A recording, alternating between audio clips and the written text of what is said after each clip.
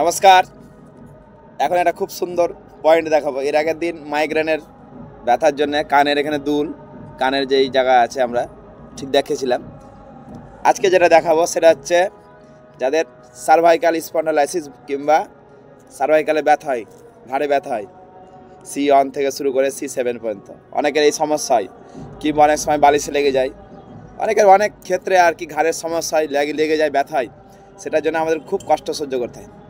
তো এটা আমরা কিভাবে খুব সহজেই আর কি রিলিফ পেতে পারি। এর থেকে বেশি লাগলে তো চোট লাগলে দেখাবেন ডাক্তার, ওষুধ খাবেন, কিন্তু কিভাবে আমরা খুব সহজেই আর কি ম্যাজিকের মতন কাজ হতে পারে সে একটা পয়েন্ট আমাদের কানে আজকেও দেখাচ্ছি।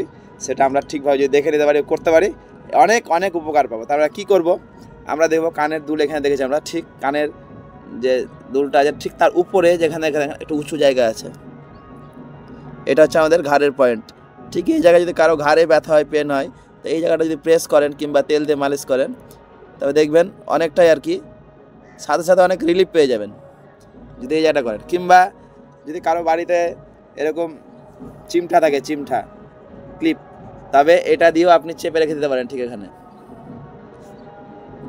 যদি এরকম রেখে দেন কিছুক্ষণ, যেই দিকে হবে সেই দিকে রাখবেন, এদিকেও ঘাড়ে ব্যথা হতে পারে, এদিকেও কিছুক্ষণ রেখে দিবেন, দেখবেন আপনার ঘাড়ের যে ব্যথা সমস্যা, সার্ভাইকাল যে পেন, সেটা দেখবেন অনেকটা হলেও অনেকটা আর কি রিলিফ পেয়ে যাবেন।